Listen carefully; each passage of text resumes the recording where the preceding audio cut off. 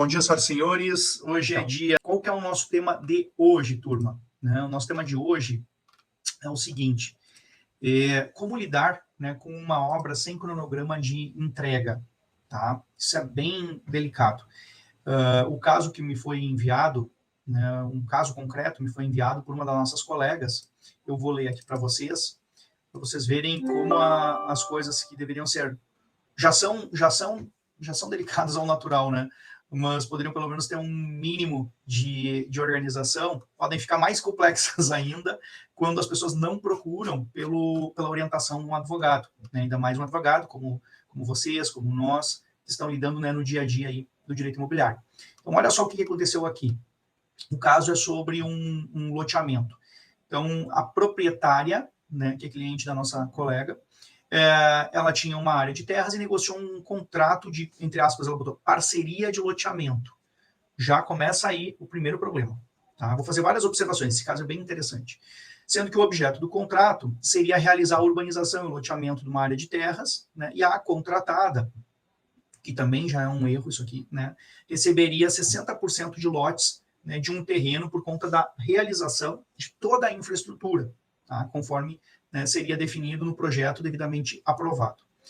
Ocorre que o contrato foi firmado em 2017, com aditivo em 2018, mas até agora nada foi feito, a não ser uma mudança no projeto inicial, e sequer o projeto foi aprovado no município.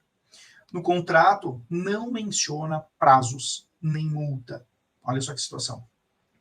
Só diz que no menor tempo possível, estando delimitada essa questão do tempo, então, aos prazos exigidos pelos órgãos municipais, estaduais ou concessionárias de luz e água para cada etapa.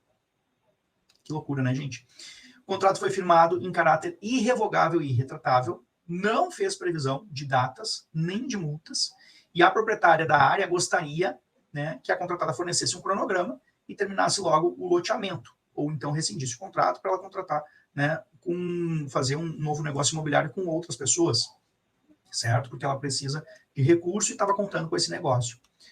Aí a colega está questionando aqui, pedindo a nossa opinião sobre se notifica, como é que lida com isso, teria como cobrar algum tipo de multa, teria como criar algum elemento, para rescindir eventualmente esse contrato, que tipo de argumentos que ela poderia utilizar nessa situação.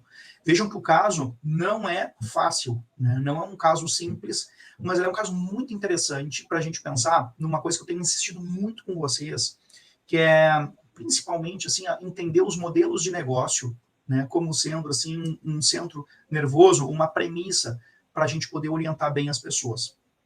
Tá? Então vamos começar aqui pelo relato inicial. Bom dia, Paulo, tudo bem? Certo? Então, pensem comigo o seguinte, colegas. Começa lá dizendo o seguinte, que foi feito um contrato que seria de parceria. E essa empresa, ela faria a urbanização, etc e tal, figurou como contratada para um serviço, sem data. Que loucura, né? Olha o perigo de errar o modelo de negócio. Por que eu estou dizendo isso, gente? Por quê? Nesse contexto aqui, em que uma urbanizadora, uma empresa de loteamento profissional, ela procura um imóvel para fazer o loteamento, vender, fazer toda a gestão, a parte comercial, desde a parte da idealização e estruturação até a parte comercial. Quando ela procura uma determinada pessoa, que é proprietária de um terreno, eu não enxergo aqui a proprietária do terreno como contratante.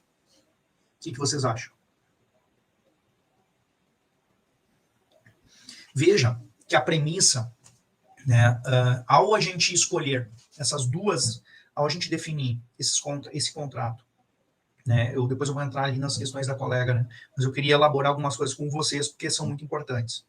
Ao nós partirmos da ideia de que o contrato seria de parceria em loteamento, primeira coisa que está acontecendo, eu atraio todo o risco do negócio para a cliente que é só proprietária do imóvel. O que ela é de verdade aqui, na minha concepção? Uma vez que a loteadora, ela vai ficar com a vantagem dela negocial com 60% dos lotes, como ela disse ali na explicação.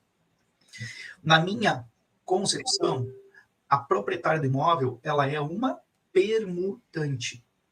Ou seja, que a gente chama lá, naquela nossa organização do nosso curso, quando a gente identifica os perfis dos nossos clientes, na minha concepção, esta cliente aqui, ela é uma terrenista. Lembra que a gente chama ela de terrenista? Né? Porque ela é a proprietária, ela é a titular do terreno. Ela não é uma loteadora profissional, ela não é sequer do ramo imobiliário. Tanto que assinou, né, um contrato sem eira nem beira, permitam-me dizer, né, sem querer ser grosseiro, mas, né, um contrato que não protege minimamente os seus direitos. Né? Daí a minha observação inicial, né, de por que a gente precisa, né, as pessoas precisam se conscientizar, né, de que precisam de advogados. Às vezes até buscam um advogado, mas não é um advogado que atua na área, né, do direito imobiliário, não entende da construção civil, não entende desse ramo, desse segmento, e aí, claro, acaba se submetendo, né, a um modelo de negócio apresentado pronto pela empresa que está propondo esse negócio. Então fica aqui o primeiro registro assim de um erro crasso que foi para mim a escolha do modelo de negócio. Por duas razões básicas. Primeiro, coloca a nossa cliente em posição de risco. Imagina só se essa urbanizadora não paga os seus trabalhadores, ela está junto no risco do negócio, pode ser condenada subsidiariamente, né, a pagar questões trabalhistas que ela não tem nenhuma ingerência, né, nem sabe, nem pensou sobre isso, né, quando firmou o contrato. Ela só pensou que ela dava o terreno e ia receber, né, a 40% desse terreno em lotes urbanizados, né, para fazer dinheiro com o seu terreno. Então veja só, né, primeiro ponto.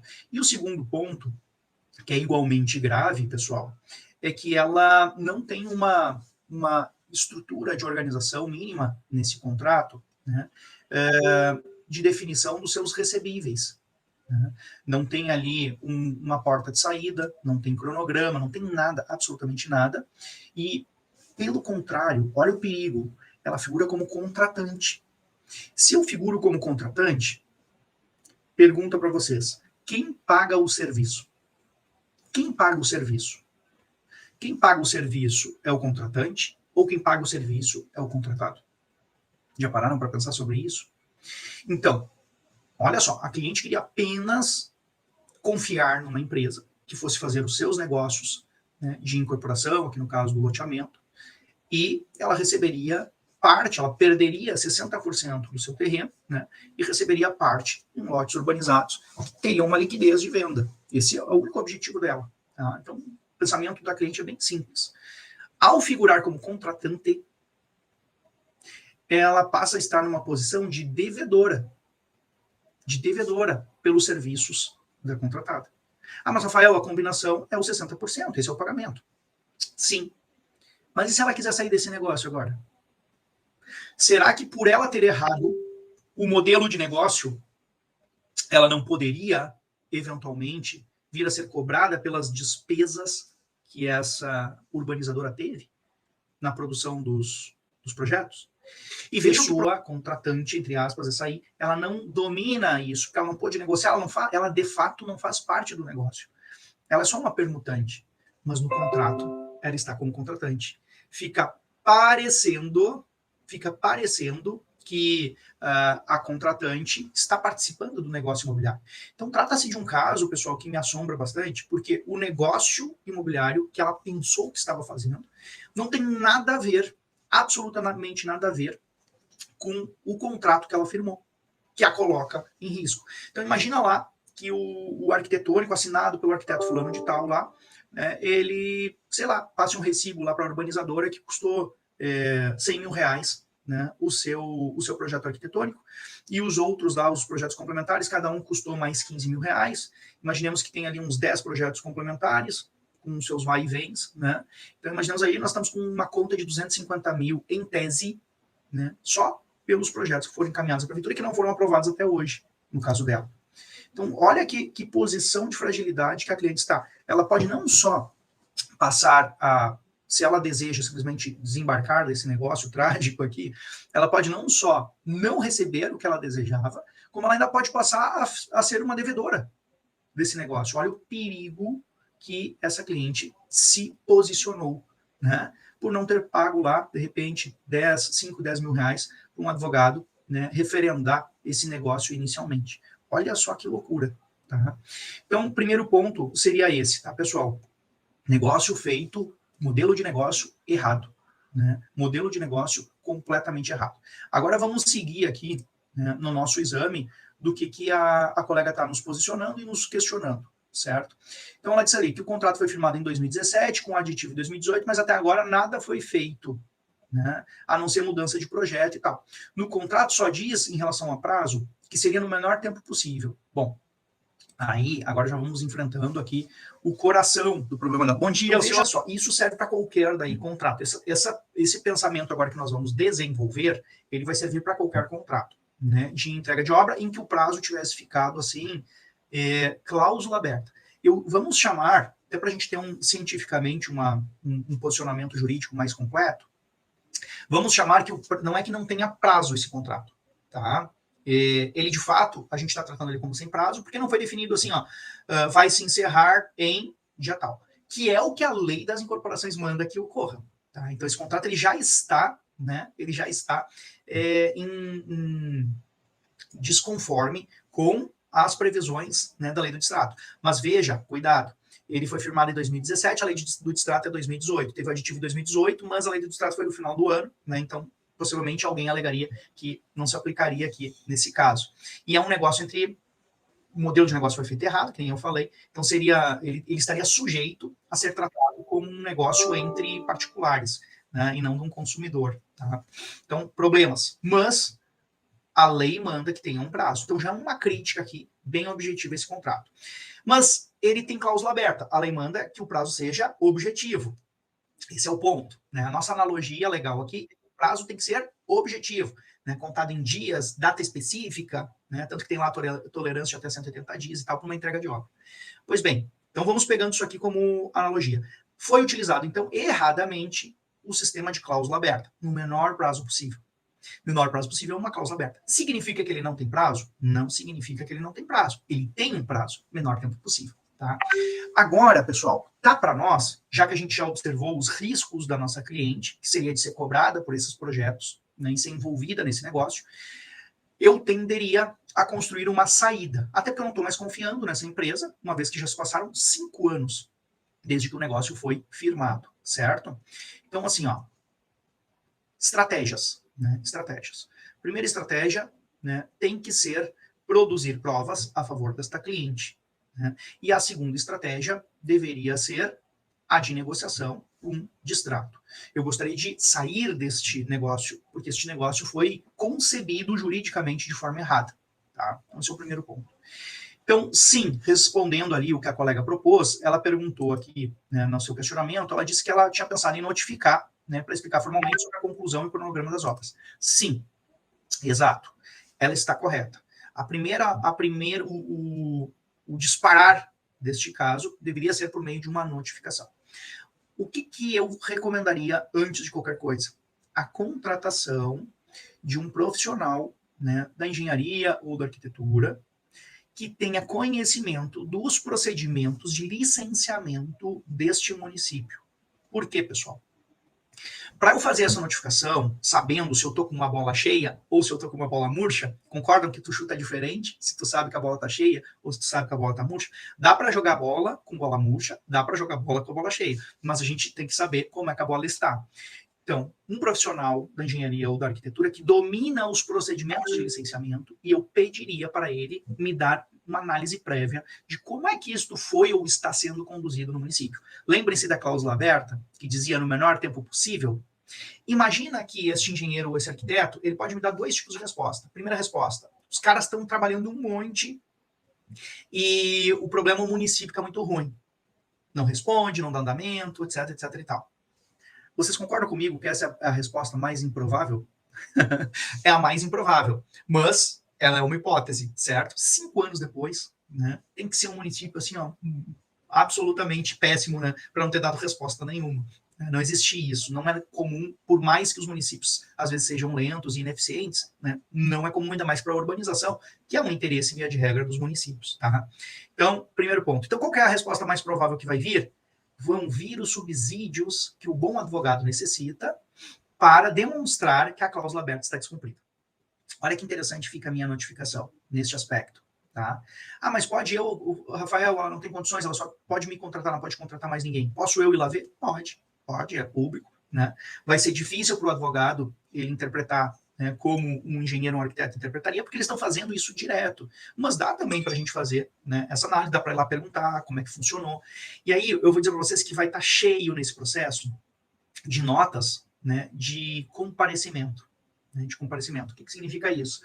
Durante um processo administrativo junto ao município, eles colocam em um registro de imóveis, faz as notas de impugnação e coloca algumas exigências, sabem? A mesma coisa acontece em qualquer processo, né, de licenciamento junto ao município. Por que eu estou dizendo isso? Porque esses pontos, esses elementos do processo administrativo, em que ele colocou em comparecimento, ou seja, em situação de pendência, tanto faz o termo que eles utilizem, né? Quando eles colocam em situação de pendência por alguma situação, é ali que você vai pegar a cláusula aberta que diz no menor tempo possível. Porque se passou 5 anos, pessoal, é muito, muito provável, pela minha experiência, é muito, muito provável que durante essa tramitação eles tenham deixado os prazos estourarem e reabrem depois, porque é um processo administrativo, né, não é um processo judicial. Eles podem ir reabrindo e fazendo novas solicitações. Então, esses processos começam lá com uma DM, que é uma declaração municipal, depois vai para a segunda fase, né, que pode ser o licenciamento ambiental, pode ser um estudo de viabilidade urbana. Então, tem um procedimento que cada município adota, até chegar lá na LI, na LO, que seriam as licenças, né, de operação para poder autorizar, né, a fazer a urbanização. Vejam que existem etapas, se existem etapas, em 5 anos, muito improvável que eu não encontre etapas sendo descumpridas. E aí, o que aconteceu? O contrato que a colega disse que não tinha cronograma, não tinha um prazo definido, e não tinha um prazo objetivo definido, mas ele tinha um prazo de cláusula aberta, menor tempo possível, eu consegui identificar os furos dele e vou conseguir trazer isso para dentro da minha notificação. Olha, a minha notificação vai iniciar dizendo, olha, senhoras e senhores, nós firmamos um contrato cujo título é, entre aspas, eu colocaria, né, parceria de ativamento urbano, mas, na verdade, o que aconteceu foi que vocês me procuraram para eu permutar a minha área com vocês, eu já consertaria isso na notificação. Né? E vocês me prometeram que fariam no menor tempo possível, a cliente notificante, ela está precisando, né, pode narrar a situação dela, ela não teve mais nenhum retorno, junto ao município foi informado que vocês deixaram os prazos, entre aspas, estourarem, né, claro, com uma linguagem jurídica, por 1, 2, 3, 4, 5 vezes, sei lá quantas vezes forem, né, e aí você concluiria, né, essa notificação dizendo o seguinte, prezados senhores, né, ou os senhores nos apresentam um cronograma objetivo, as explicações do que aconteceu nesse período, por que atrasou 5 anos, né, este negócio jurídico, e as explicações com prazos definidos para a finalização, ou para início, na verdade, da execução, né, desse trabalho, e inclusive com cronograma físico-financeiro e esclarecimentos, ou, né, nós convidamos os senhores para uma reunião para a gente formalizar um distrato, né, um distrato. Do contrário, né, nós entendemos que a partir, no mínimo, a partir dessa data, né, a cliente está sofrendo prejuízos. Né? No mínimo, a partir dessa data, ela está sofrendo prejuízos porque está com o imóvel dela sem poder, né, colocar em plena fruição, porque ela não pode alienar para mais ninguém, não pode fazer nada, que está bloqueado, né, com esse negócio jurídico, e ao mesmo tempo ela está precisando deste imóvel. Então vejam, colegas, que nessas circunstâncias daqui, né, deixa eu ver como é que o colega teria dito aqui, ó. Teria como cobrar multa por atraso, né, já que é o menor tempo possível? Dá para chamar a contratada para negociar um contrato com prazo e multas? Tudo isso está contemplado nessa sugestão que eu estou dando. Multa por atraso, né, daria para construir algo nesse sentido? Daria. Como? Se eu fizesse esse exame do processo administrativo e tivesse como demonstrar que houve uma quebra. Né? Houve uma quebra do compromisso do menor tempo possível quando o loteador, né, ele foi chamado e não deu o encaminhamento devido para as licenças, para o licenciamento. Né? Quais os argumentos? Ela perguntou, seriam esses os argumentos técnicos, né, que um bom perito poderia nos fornecer, né, poderia nos conceder aqui para lidar com esse caso. Tá? Então, colegas, vejam como primeiro ponto, né, de lição aqui nesse caso tão difícil que a Rosângela que pegou esse caso, né, esse caso tão complexo, né, que ela pegou. Primeiro ponto, tá? Errar o modelo do negócio. Errar o modelo do negócio é grave e gera repercussões negativas muito pesadas, porque vejam que quando eu erro o modelo do negócio, né, eu coloco o meu cliente em risco dobrado. Risco por estar sujeito aos riscos do negócio e risco por ser cobrado ainda, né, por aquele que não cumpriu o negócio. Então, 2 aspectos aqui. Então, errar o modelo do negócio. falhar na parte da previsão do cronograma, como aconteceu aqui, deixar como cláusula aberta ao invés de deixar como cláusula fechada. Cláusula aberta só é bom para quem é o titular do negócio, ele gosta das cláusulas abertas, né, porque ele tem uma maleabilidade. Eu até digo a vocês que em algumas situações, né, eu até acho tolerável ter algumas cláusulas abertas, né, tendo em vista realmente que o nosso poder público ele não é eficiente, né, nas análises de licenças. Mas tudo exige um limite, né? Existe um limite para tudo. Uma coisa é você deixar uma cláusula aberta, com tolerâncias, até 180 dias para fazer tal coisa, até 1 ano para fazer tal coisa, até 2 anos para fazer tal coisa, mas são cláusulas abertas no sentido de não ter, né, definido ali um prazo fechado, mas tem uma lógica, né? Existe uma lógica mínima, de 10 aliás, de 30 a 120 dias, né, para fazer cumprir com determinado procedimento, e assim sucessivamente, não deixar aberto com alguma flexibilidade, eu acho razoável. Agora, deixar totalmente aberto, como no caso aqui, sabe o que acontece? Atrai para o nosso cliente o ônus da prova.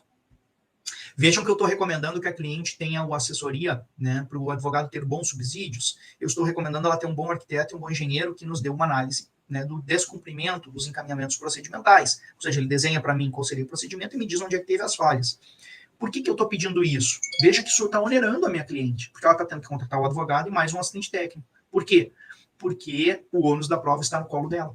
A cláusula aberta coloca o ônus da prova no colo da nossa cliente. Então, terceiro aspecto aqui, sintetizando, né, as lições desse caso de hoje. Então, o primeiro ponto seria o erro do modelo de negócio, que atrai o risco para a cliente e ainda colocar ela em situação de devedora, se ela, por exemplo, simplesmente rescindir agora, essa incorporadora poderia dizer assim, mas tu tá me devendo, né, todos os custos que eu tive com projetos e o custo é 100 mil, 200 mil, sei lá, não tem teto para isso. Tá? Então, primeiro ponto.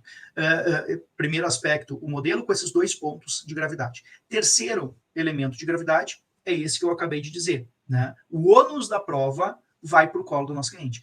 Significa que eu vou perder? Não, só significa que eu vou ter mais trabalho. Né? Imagina que alguém que tivesse lá uma data, como sendo assim, tinha que terminar o loteamento e começar a venda dos loteamentos no dia 20 de junho de 2023. Pronto. Né? Semana passada implementou, né? Acabou. Certo? Então, seria muito simples, não tem ônus da prova a ser desenvolvido, tem data, né? Olha a vantagem jurídica de ter um prazo determinado. Por isso que a lei das incorporações exige prazo definido, né, com contagem em dias. Por que isso? Para que justamente, né, não haja uma situação de contratos abertos, com cláusulas abertas, que coloque o ônus da prova no colo do nosso cliente. Então, terceiro ponto aqui, pessoal, né, esse problema do ônus da prova. E o quarto aspecto aqui, né, é que a colega estava certa quando ela disse, inicie com a notificação extrajudicial? Sim, inicie com essa notificação extrajudicial, só eu recomendaria esse estudo prévio de como é que está o processamento da licença. Né? Eu vou dizer uma coisa para vocês, a depender, né, do resultado dessa análise da licença do município,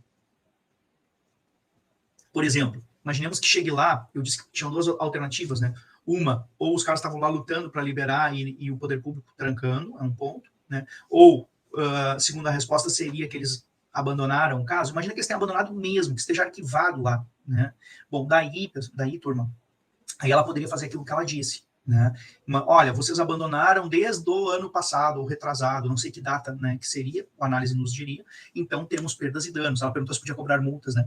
Nós poderíamos sim pedir para um juiz arbitrar perdas e danos, né? E poderia ser proporcional à avaliação desse negócio. Eu não sei os detalhes de valores, porque ela não nos compartilhou esse detalhamento.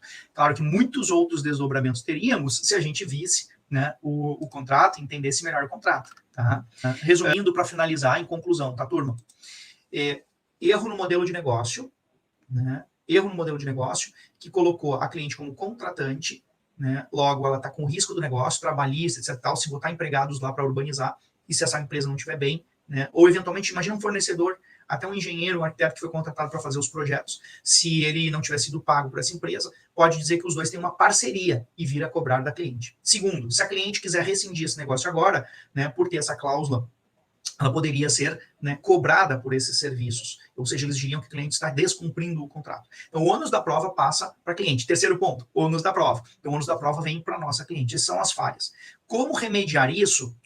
nos desincumbindo do ônus da prova. Ou seja, vamos pegar uma boa análise do processo administrativo de licenciamento, talvez, que nem o Manuel disse lá nas diretrizes, sequer o projeto seria aprovável, ou talvez ele tenha sido abandonado, esteja arquivado, e aí a Rosângela vai poder identificar pontos, né, de falhas no cumprimento desse contrato que não tem prazo objetivo, mas tem uma cláusula aberta de prazo que é o menor tempo possível. Então, se esse processo administrativo estiver com pontos de falhas, e provavelmente está, porque ele dura 5 anos, né, se tiver falhas, aqui a gente constrói a possibilidade não só, né, de atribuir a outra parte a resolução do contrato por descumprimento contratual, ou seja, outra parte descumpriu o contrato, e aí a justificativa para desfazer o negócio, como também, né, a gente poderia trazer, em virtude disso, uma perdas e danos, porque não houve transparência, não houve comunicação, não houve aviso, né, sobre o abandono desse processo administrativo, certo?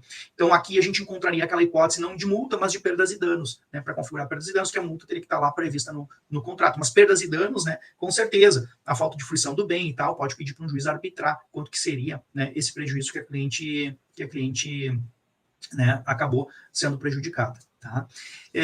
Em resumo, seria isso, gente. Né? Espero que vocês tenham curtido o tema. Tá?